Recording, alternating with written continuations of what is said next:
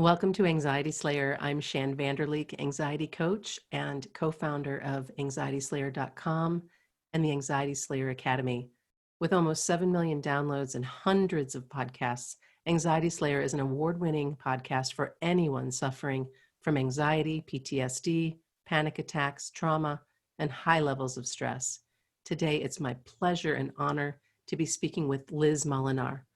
Liz is a counselor, trauma survivor, and the founder of the Heal for Life Foundation, and has been running internationally recognized trauma recovery programs for over 20 years.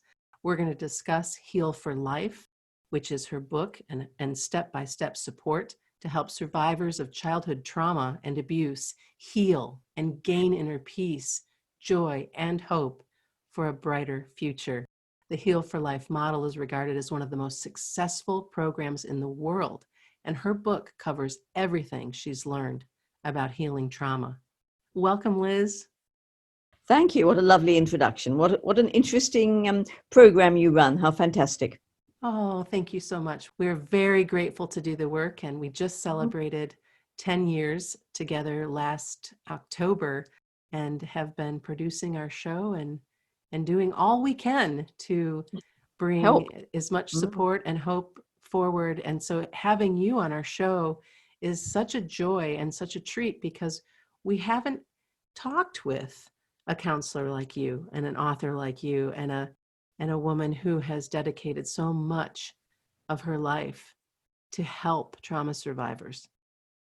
I would love it if we began our conversation today, if you could just share your journey of self-discovery and what led you to the creation of the Heal for Life Foundation. Yes, well, my journey started over 25 years ago now. I was in the world of film and television. I helped create the careers of people like Rose Byrne and Cate Blanchett and Russell Crowe and many of the Australian actors you've heard of. And I was successful, had 5 children. And then my world completely changed because I started on that long journey that many of your listeners will know about, of discovering that, in fact, I had suffered from very severe abuse as a child. And I, as a sort of successful middle-class businesswoman, looked around for help, and I was completely stunned when I couldn't find an association, an organization, or any kind of community activity or people I could share with. This is in the early 1990s. I actually reached out because someone in the media wrote, then we had false memories, and they wrote about false memories, and I was so angry that I wrote a letter. I got an enormous response, and then I kept looking, and I found a wonderful psychologist, but she didn't really understand about how I needed to release my fear, what I really needed to do in order to heal. So to cut a long story short, I thought, well, I better start an organization for survivors of childhood trauma, because there isn't one and we deserve one. If I can't get the help I want, what happens to people who have less ability than I do to find such organizations? So I started originally an organization called ASCA, now the Blue Knot Foundation. And that was, I created groups all over Australia, 55 groups, and that was good. But then I discovered that just talking about our trauma doesn't really help either. In fact, people were kind of getting a bit stuck in what I call a victim mode, became their identity. And I realized we actually needed a place where we could actually heal together. And so I gave up my career and left Sydney and bought 300 acres in the country, because I knew that what I needed was to be away from other people in order to heal. So I assumed that other survivors would be the same. And built, with the help of all sorts of volunteers and other survivors and amazing people, we built our first centre called Mayumari in the country in Australia. And since then, we've had 8,500 people have been here. We now have 3 centres on the property, one for kids, one for adults, and one for private or personal retreats. And what we created was a program, a 5-day program, so that people could come here, actually feel so safe that they could allow themselves to release the pain and the fear, acknowledge feelings from their childhood they'd always have to push down, causing anxiety, depression, all the other effects that many of our listeners will identify with. And this program is basically just allowing a safe place for survivors to come. But importantly, it's run by survivors for survivors. We're all on our own healing journey. So nobody pretends to be a professional know-all. Of course, over the years since then, I've done masses of training, and I've got my master's in counseling and all those qualifications, and I've studied, and I really know about the brain now. And so do all the people who work with me. But the psychologists we employ, the therapists, all of them are survivors of childhood trauma who have undertaken the program and are committed to their own ongoing healing. So what I think why our program works is it's a peer support program. Sure. And I think probably your listeners will be thinking, yes, but what did you uncover? So I will just say I like many people, I first of all uncovered sexual abuse by a doctor in hospital. And in fact, my autobiography was published about that. But then I slowly unpeeled the onion and then remembered sexual abuse by my father and satanic ritual abuse. And it's been a fascinating journey of discovery that I've only learnt what I could deal with at any one moment. And I may still recover memories of trauma from my childhood, but let's talk about that, Liz, a little bit, because I think that there's a whole lot of people who may not understand that these things can show up later in our lives, that we might just be moving on down the road, living our life, living our best life, and have no idea. And then all of a sudden something triggers a memory. Absolutely. So I was triggered by going to hospital in the middle of the night for the birth of my niece. And that triggered the memory of, at the age of 5, being rushed to a hospital, which led to the sexual abuse by a doctor. And until then, I had thought I was just a perfectly, perfect. I've had funny feelings inside of not being good enough, and I was a complete disaster at school. So I had all the symptoms of childhood trauma without actually realizing that's what had caused my problems in life. I remember having something come up from my own experience years ago that I had forgotten about. And it was kind of it was just one of those things where I was put in a position many, many times as a youngster to kind of be the adult in the room. And in this particular situation, I was behind the wheel of a car driving because the responsible adults couldn't, even though I didn't have a license and had no idea really how to drive, and ended up in the middle of a pretty dicey neighborhood and kind of woke up from a trance. And I remembered that, and I thought, oh, wow, that's abuse. That, and I don't mean to laugh about it, Liz. But it was just so shocking, because it went from, oh, well, that's really not okay. And yet I hadn't really thought about it. It hadn't come up. It was just something, I'm an adult. And I don't even remember what made me remember that particular moment. But so these things can come up at any time for us. I think they come up when we're emotionally ready. I am a great believer that we only are given what we're ready to deal with. And therefore, no one ever has to worry about stuff that starts coming up, but rather embrace it and go, oh, that was a nightmare. Oh, I wonder what that's about. And curiously explore it, rather than going, I don't want to know about that. Why am I having nightmares? Why can't I sleep? Or why am I so depressed? It's having a curiosity to explore what one's inner self is trying to let us know. Yeah. And the more we suppress it, the worse it is for us. The more we suppress it, the more we can get chronic fatigue syndrome, fibromyalgia, become alcoholics, have shocking migraines, all sorts of ways our body, either physically or emotionally, tries to cope with our suppression of truth. Let's talk about the Heal for Life model of healing. Sure. The Heal for Life model has been devised by survivors for survivors, and it is quite simply allowing ourselves to be in a sufficiently safe place, to go back, to allow ourselves to remember what happened in the past. So like the incident you were talking about with our model, you would have allowed yourself to go back there, knowing that if it had been forgotten, then it is a trauma, And the reason it will have been forgotten is because there was too much fear involved at the time. So it Okay. is the release of that fear that stops us being triggered, stops us behaving, stops us reacting to, say, maybe you were reacting to driving.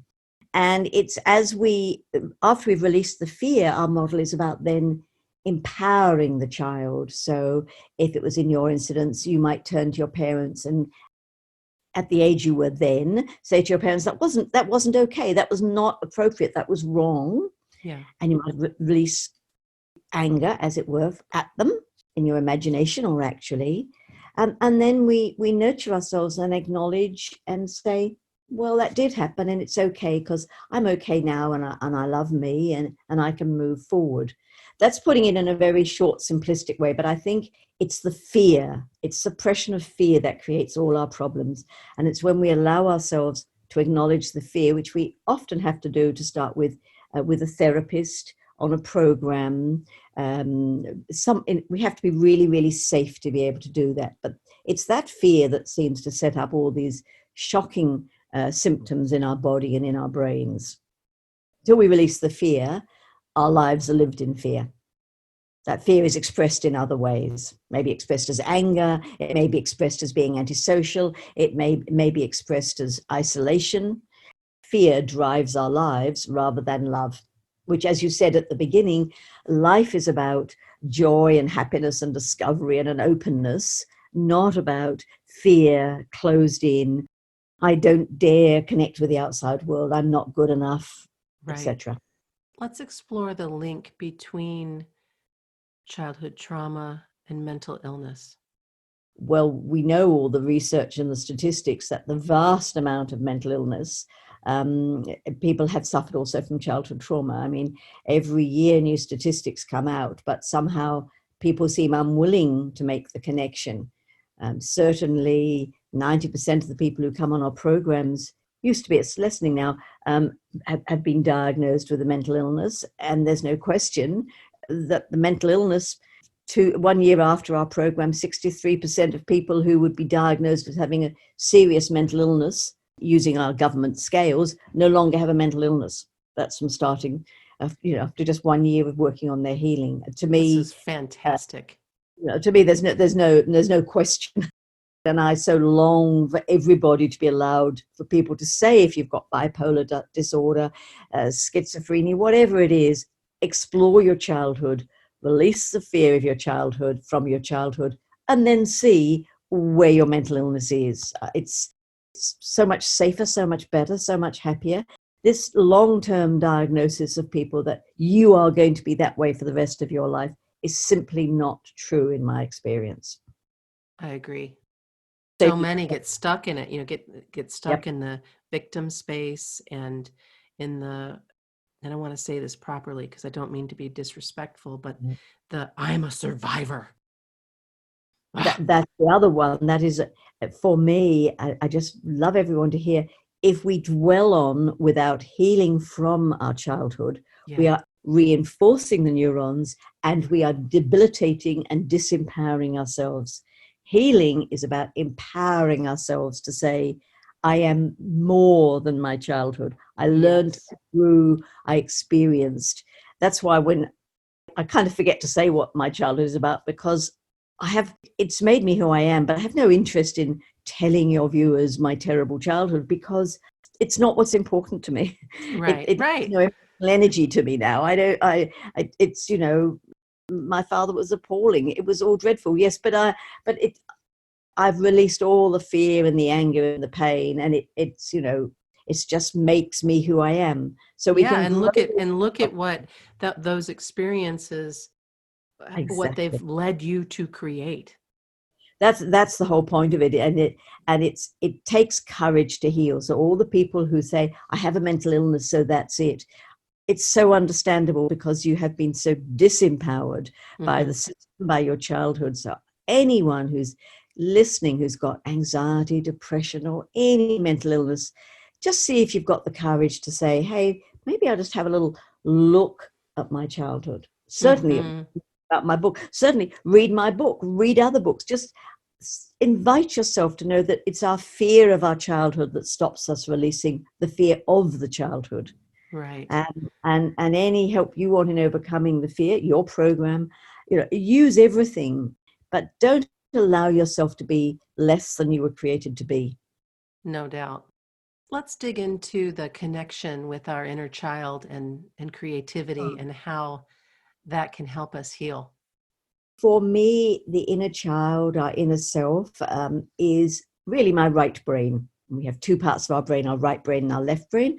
Our right brain is our creative, emotional brain, and our unconscious brain, and that is where our trauma sits. Our left brain is our logical thinking, math brain, the one that works out problems, sorts out how to live in life. For survivors of trauma, we have less connection. The bridge that combines those two, called the corpus callosum, is much thinner. So we much more easily get stuck in our right brain or our left brain. Healing is really reaching into my right brain, into my emotional self, to allow myself to heal. So it's like building that bridge, which is not strong because it hasn't been able to grow, and allowing myself to feel, to create, to be open. And that's what the inner child is. You can just look at it totally scientifically. You can look at it as a feeling, like an inner child. People get hung up on the word. It's not the word. It's allowing ourselves to build that connection between our logical, adult, self-protective self to that vulnerable, emotional, right brain self, so that we become whole.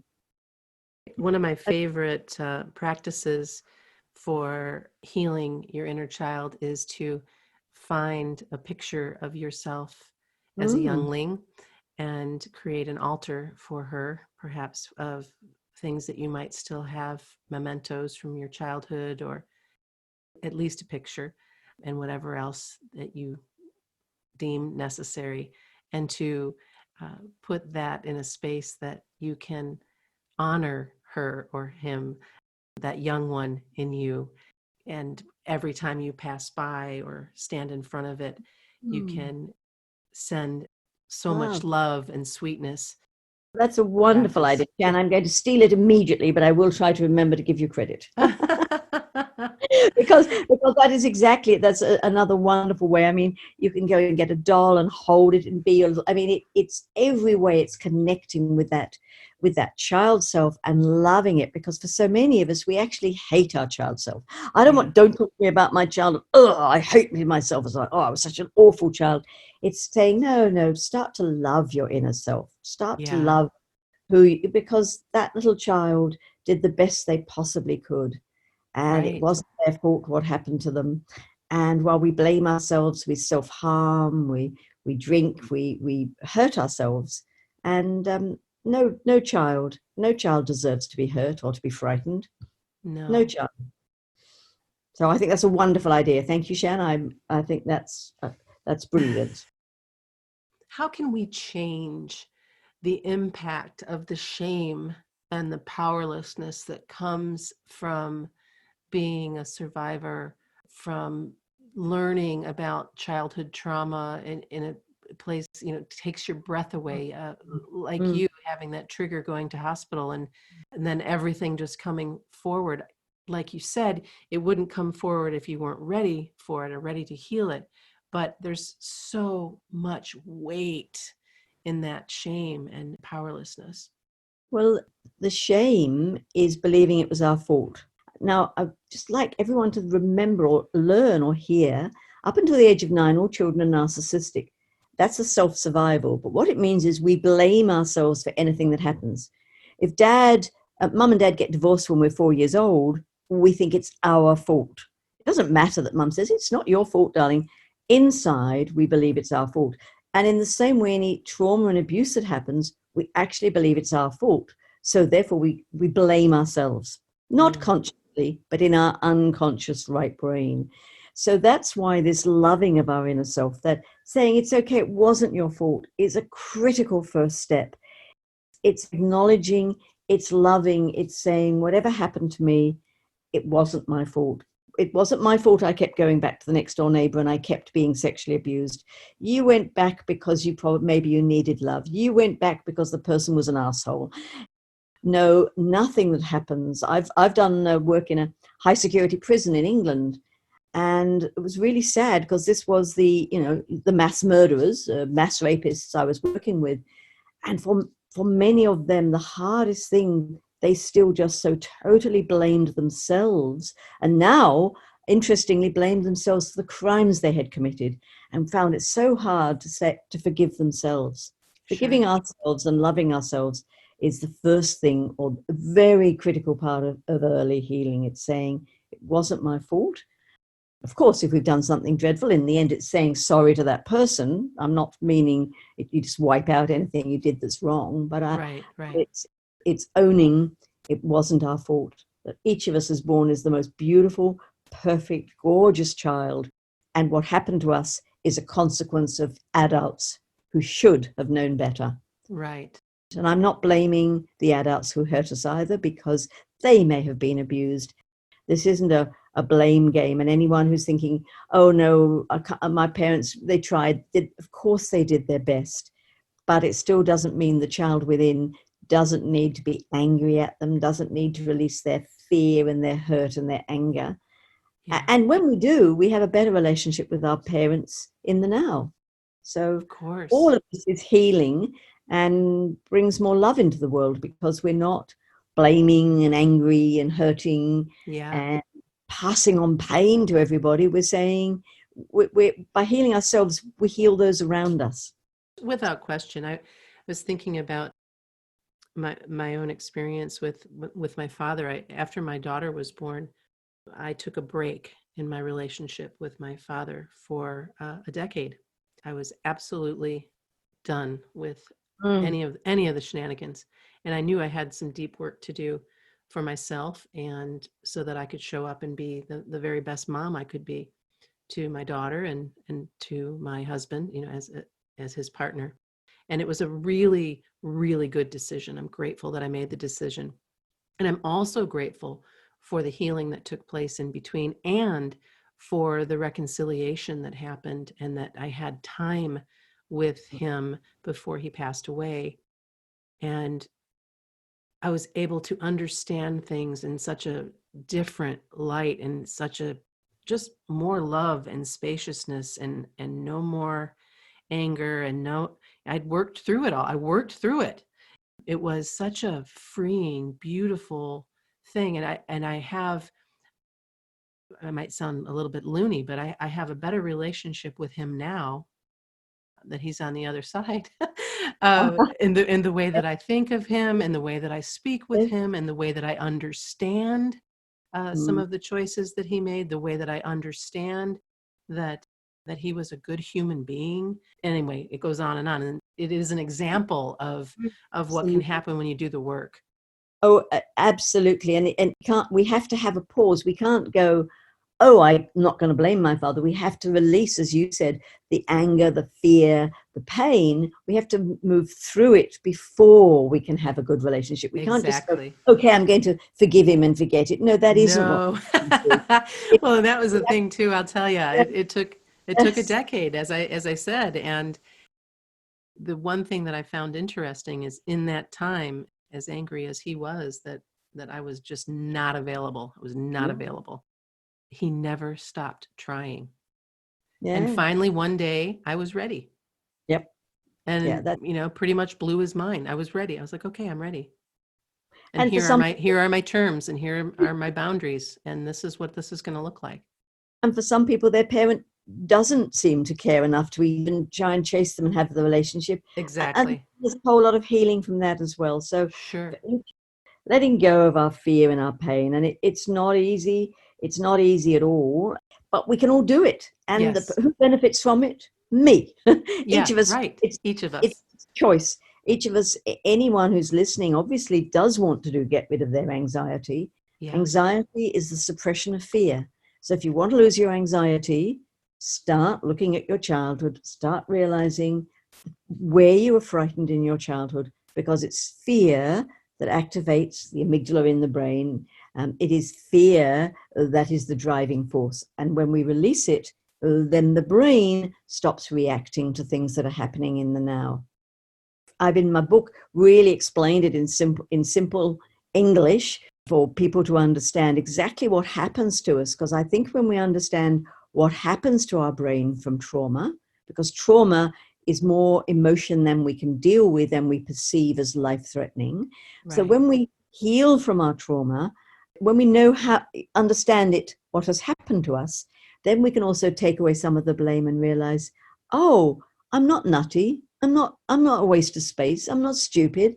It's just my brain has formed differently because of what happened to me. Right. And because the brain is plastic, because the brain can change, I can change, and it's my choice. So nobody has to stay the way they are. Nobody has to stay where you are. You can change if you want to. And if you want to, well, you're listening to this program. Now's a very good time to start. Yeah, well, it is. Shann and myself to think, okay, I mean, sure, go and buy my book, listen to Shann's other podcasts, but make a decision. Hey, I really don't have to stay the way I am. It's a choice. But you can stay the way you are, but then please don't blame other people or ring up your friends and say how awful your life is, because you have chosen to stay that way. You didn't choose your childhood, but you can choose how you are as an adult. Where can our listeners get a copy of your book? It's all the usual places. Okay, you can good. download it on Amazon. But if you want to most help us, we are a charity. I'm a volunteer. We run everything we do. Every dollar we make goes to helping more survivors. So going onto our website and buying a hard copy direct from us, if that happens to work for you, gives us more support for us to help survivors. But really, actually, I most care about you buying it in whatever way you can, because it's 20 years of what I've learned in 20 years of helping survivors to heal from being a survivor myself. So I just want anyone listening to know they can heal. And our website is healforlife.com.au, or just look up Heal for Life and you'll probably find the book anyway.